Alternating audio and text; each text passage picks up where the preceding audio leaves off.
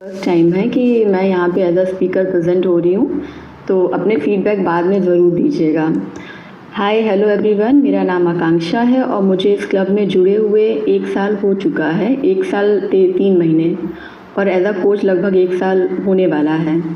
और मैंने यहाँ पर आकर के अपना हेल्दी 14.5 kg वेट लॉस किया था। और मुझे, चूँकि मेरा पोस्टपार्टम वेट था और बच्चा होने के बाद का, तो मुझे बैक में प्रॉब्लम, पैरों में, हील्स में पेन, जो कि मोस्टली यहाँ पे क्लब में वुमेंस को होता है, उसमें मुझे बहुत रिलीफ मिला। हेयर फॉल था, स्लीप साइकिल थी, ऐसे बहुत से छोटे बड़े इशू हैं। स्किन का टेक्सचर हो गया, बालों का झड़ना हो गया, तो ऐसी बहुत सी चीज़ें, उन सब में मुझे बहुत ही ज़्यादा आराम मिला।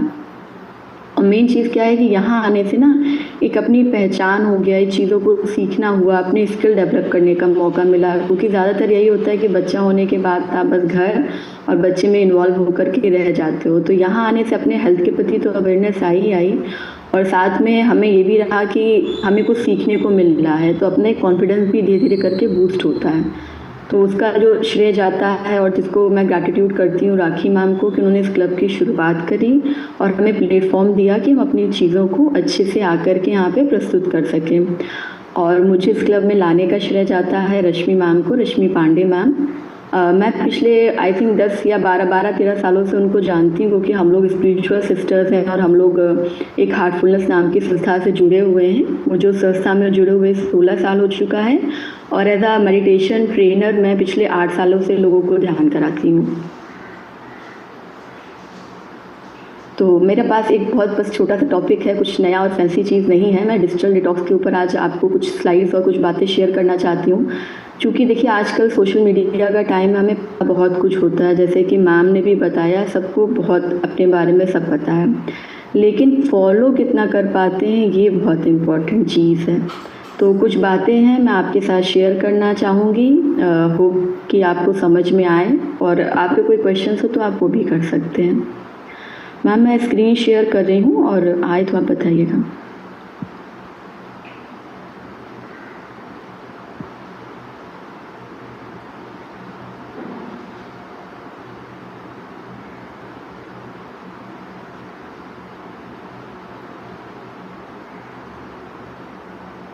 हाँ, शो हो रही है आपकी स्क्रीन।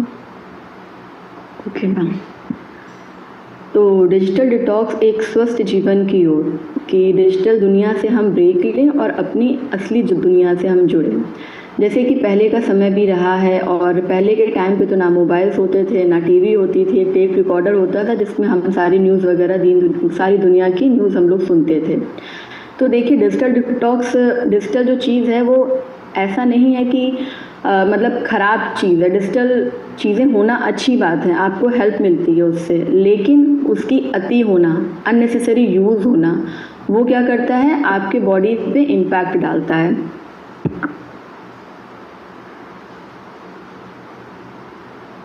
एक सेकेंड।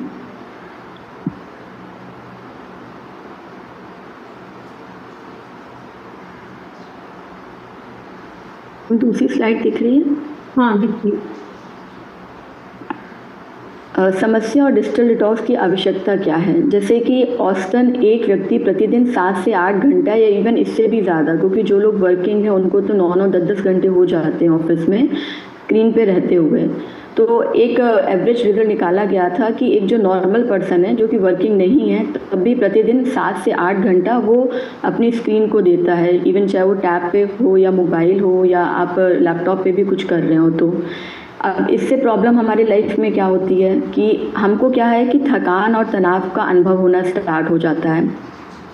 ऐसा एक सर्वे में पाया गया है, कुछ स्टडीज़ वगैरह हैं, कि 60% लोग जो हैं उनको स्क्रीन यूज़ करने से थकान और तनाव का अनुभव हुआ है। और अत्यधिक स्क्रीन का यूज़ करने से हमको मेंटल स्ट्रेस होता है और सोशल मीडिया की चिंता बनी रहती है। इन द सेंस ये कि जैसे आपने कोई पोस्ट डाला, अब हमको क्या लगेगा कि हमने पोस्ट डाला, बड़ा अच्छा सा नीचे लिखा, अब हम बार बार फ़ोन ले करके, अननेसेसरी, उसका कोई यूज़ नहीं है, लेकिन हम बार बार फ़ोन ले करके उसे चेक करते हैं कि कितने लाइक्स आए, कितने कमेंट्स आए। और जो लोग यूट्यूब के थ्रू काम करते हैं, जिनकी अर्निंग है इनके थ्रू, तो उनको भी ये चीज़ होती है, वो तो पूरे तरीके से उस पर डिपेंड ही हो जाते हैं कि बार बार अननेसेसरी, ना चाहते हुए भी आप अपने मोबाइल को, अपने डिवाइस को देख रहे हैं। तो इससे क्या होता है, एक तो आपका मेंटल स्ट्रेस बढ़ता है और प्लस आपकी आँखों पे भी बार-बार असर आता है।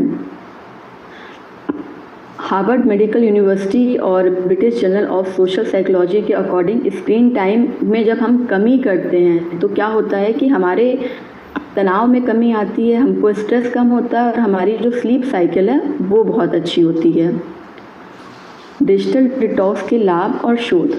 अब देखिए इसका लाभ क्या है जब आप डिटॉक्स करते हैं कि आप अपने इंटरनल जो कनेक्ट हैं आप उससे आप कनेक्ट होना स्टार्ट करते हैं। जैसे बहुत छोटी-छोटी चीज़ें हैं कि आपने जितना ज़रूरी उतना फ़ोन का उपयोग किया, लेकिन उसके बाद क्या है, जैसे आप डिटॉक्स करिए, आपको जो चीज़ें पसंद है, अपनी मनपसंद चीज़ें करनी हैं। जैसे क्या होता है ना, जब हम फ़ोन में बहुत इन्वॉल्व होते हैं तो अपनी जो हमारी कह सकते हैं कि जो पसंद करना है हमको, जो मेरी लाइक्स और डिसलाइक्स हैं उसके प्रति अवेयर होना भूल जाते हैं। फ़ोन में देखते बहुत कुछ है बट उसे एप्लीकेबल नहीं करते हैं लाइफ में।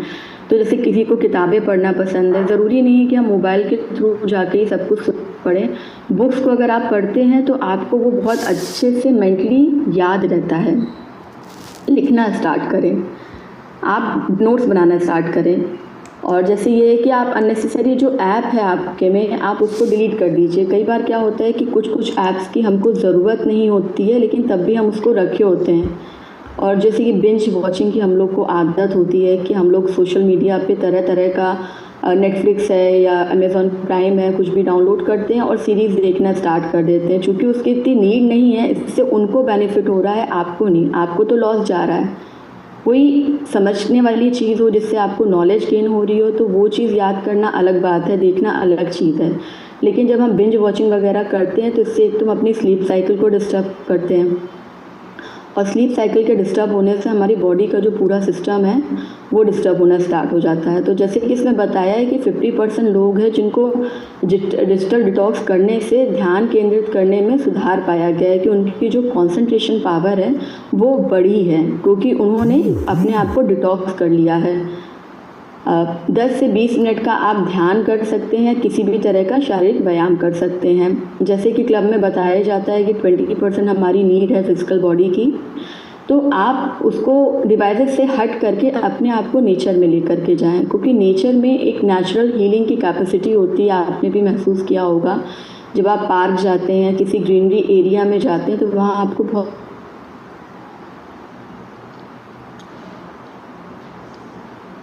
के लिए नहीं, लेकिन कुछ लोग जो बहुत ज़्यादा फ्रीक हैं इस चीज़ के प्रति, उनको अपने आप को इससे अलग होने पर जैसे अंदर से महसूस होता है कि नहीं मुझे करना है, क्योंकि आप इतने यूज्ड टू हो चुके हैं उस चीज़ के।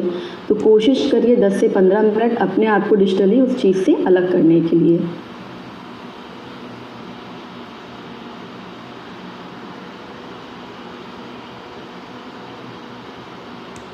इसके लिए टिप्स हैं जैसे ये कि आप एक कोई समय सीमा आप अपनी निर्धारित कर सकते हैं कि स्क्रीन पे आपको कितना देर बिताना है। एक जो एवरेज टाइम है आपके अकॉर्डिंग कितना ज़रूरी है, आप इसके लिए ये कर सकते हैं। और आप प्राकृतिक गतिविधियों को अपना सकते हैं, जैसे कि पहले बताया कि आप ध्यान कर सकते हैं, योग कर सकते हैं, बाहर घूमने जा सकते हैं।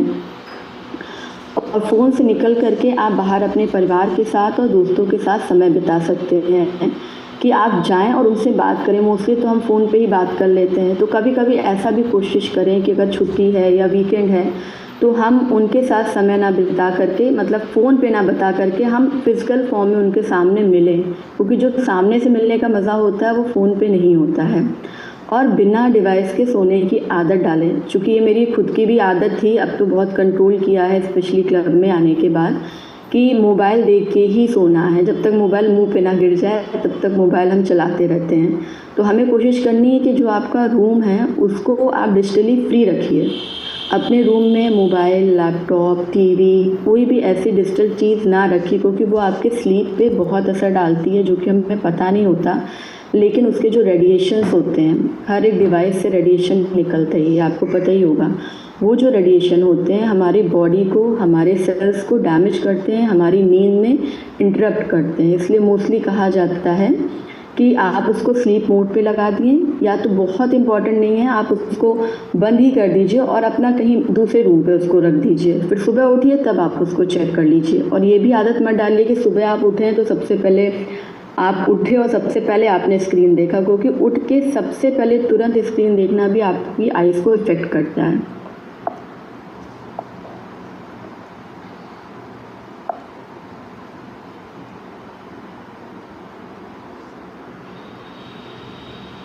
ये सारे पॉइंट हैं जो आपको हम ऑलरेडी बता चुके हैं। अब आपको जैसे जो लोग वर्किंग हैं और ऑफिस में और उनकी मजबूरी है कि उनको स्क्रीन पे समय बिताना है, बैंक में हैं, तो उनके लिए आप करिए, आप अपना काम करिए आराम से। आप स्पेक्स का इस्तेमाल यूज़ कर सकते हैं, 0 पावर का, कि आपकी स्क्रीन से निकलने जो रेडिएशन है आपको नुकसान ना करे।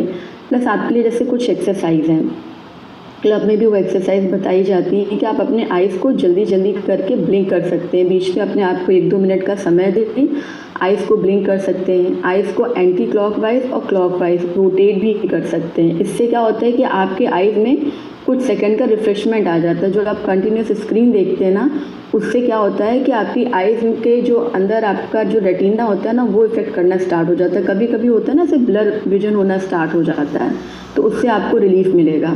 मुंह धुल करके आइए, अपने आइज़ में कुछ पानी के छींटे जाके लगा सकते हैं। नेक है, आप नेक रोटेशन की एक्सरसाइज को कर सकते हैं। डाउनवर्ड, अपवर्ड्स या डाउन में एंटी क्लॉकवाइज और क्लॉकवाइज घुमा सकते हैं। तो जो हमें स्टिफनेस आती है लगातार स्क्रीन पे बैठने से, उसमें हमें लेकर के रिलीफ मिलेगा। शोल्डर के लिए एक्सरसाइज है कि क्लॉकवाइज, एंटी क्लॉकवाइज आप कर सकते हो और स्ट्रेच कर सकते हैं शोल्डर को, क्योंकि जो लोग ऑफिस में हैं और उनको बैक में, उनकी शोल्डर्स में, नेक में, आइज़ में और मोस्ट इम्पॉर्टेंटली उनके ब्रेन में इस चीज़ का बहुत ज़्यादा इफ़ेक्ट पड़ता है। तो अपने आप को समय दें। काम इम्पॉर्टेंट है, लेकिन काम से ज़्यादा ज़रूरी है आपका शरीर, क्योंकि अगर शरीर सही रहेगा तब आप अच्छे से उस काम को और 100% दे सकते हैं और अच्छे से आप कर सकते हैं। तो ये जो छोटी छोटी एक्सरसाइज हैं, आप इनको ट्राई करिए। खड़े होकर आगे की तरफ, अगर आपको बैक पेन नहीं है तो आप आगे की तरफ और पीछे की तरफ थोड़ा सा झुक भी सकते हैं। तो इससे क्या होता है कि कमर में जो स्टिफनेस रहती है उसमें रिलीफ मिलेगा और ब्लड सर्कुलेशन भी आपका अच्छा होगा।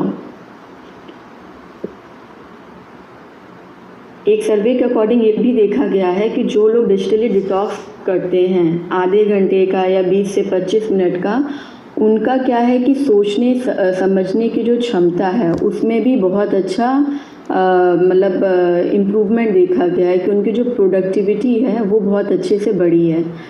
कि हम सोशल मीडिया जब इस्तेमाल करते हैं तो हम उसके अनुरूप ही दुनिया को देखना स्टार्ट कर देते हैं। कि हमें लगता है हम अपना जो हमें एज अ ह्यूमन बीइंग हमें जो नॉर्मली सोचने समझने की शक्ति मिली, जो क्षमता है, उसको हम किनारे करके हम सोशल मीडिया के अकॉर्डिंग बाहर उसकी दुनिया के अकॉर्डिंग देखना स्टार्ट करते हैं। लेकिन जब आप उससे थोड़ा कट ऑफ करते हैं तो आपका खुद का रुझान किस तरफ है, आप क्या सोचते हैं और आपका मतलब विचार कैसे हैं, उस चीज़ की प्रोडक्टिविटी आपके काम के प्रति और अच्छी रूप से बढ़ती है।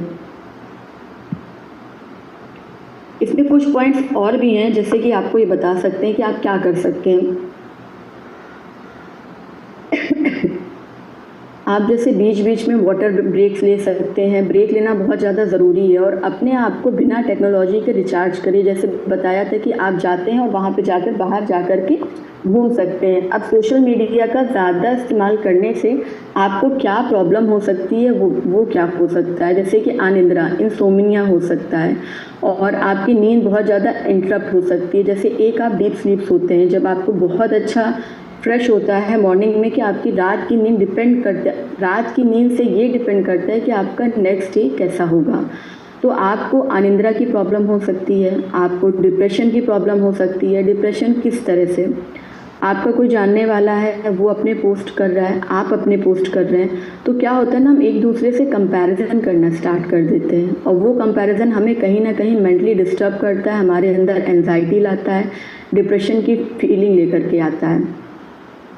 और एक सर्वे के अकॉर्डिंग ये भी पाया गया है कि ड्यूरिंग कोविड, क्योंकि कोविड में तो कोई बाहर जा नहीं सकता था, तो जो कोविड का जो पूरा टाइम है उसको एज अ डिजिटल एपिडेमिक घोषित किया गया था।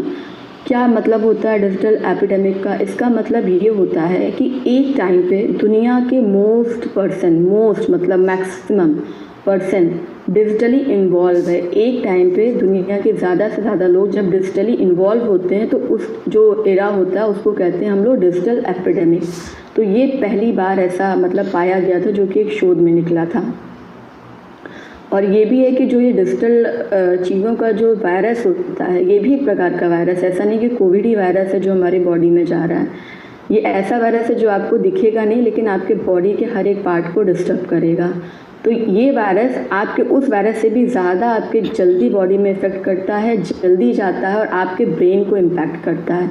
जैसे कि छोटे बच्चे हैं, जैसे हम लोग 2 या 3 साल की उम्र में या बहुत छोटी एज में आजकल के बच्चे तो वैसे भी एआई वाले ज़माने के हैं, तो बिना वो मोबाइल टीवी देखे हुए खाना नहीं खाते हैं। अब क्या होता है कि बच्चा के अंदर जो उसकी कॉग्निटिव स्किल डेवलप हो रही है, वो अपने अंदर की चीज़ें ना लगा करके जो उसने मोबाइल टीवी में स्टोरी देखी, पोएम, राइम्स, जो कुछ भी देखा, वो सीखना और बोलना स्टार्ट कर देता है। इससे क्या पाया गया है कि बच्चों में लैंग्वेज का इशू होता है और उनके अंदर भी मूड स्विंग्स बहुत होते हैं कि जो उन्होंने देखा कि हाँ पेप्पा पिग में ऐसा हो रहा है, उनके फादर उनको ये दे रहे हैं तो मुझे भी ये चाहिए। जिनके छोटे बच्चे वो मे भी रिलेट कर सकते हैं इस चीज़ को।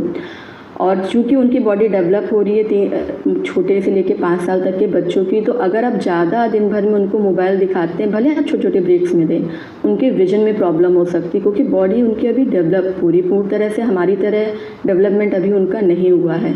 हियरिंग में लॉस हो सकता है, सबकी नहीं लेकिन कुछ लोग की हैबिट होती है कान में हम लगा करके सुन रहे हैं, स्पीकर में लगाने की जगह हम कान में हेडफोन लगा के सुनते हैं। कई बार वो लगाते हुए रात में सुनते सुनते सो जाते हैं, फिर बीच में नींद खुलती, पता चला वो आपके कान में लग रहा है, पर्टिकुलर आवाज़ तो जा ही रही, आप भले सो चुके हों। तो उससे आपके में क्या होता है कि हेयरिंग लॉस हो सकता है। तो ये बहुत छोटी छोटी चीज़ें थी, मुझे लगा आपके साथ शेयर करना चाहिए जो आपको हेल्प करेंगी। पता हमें होता है लेकिन एप्लीकेबल करना बहुत ज़्यादा ज़रूरी है। और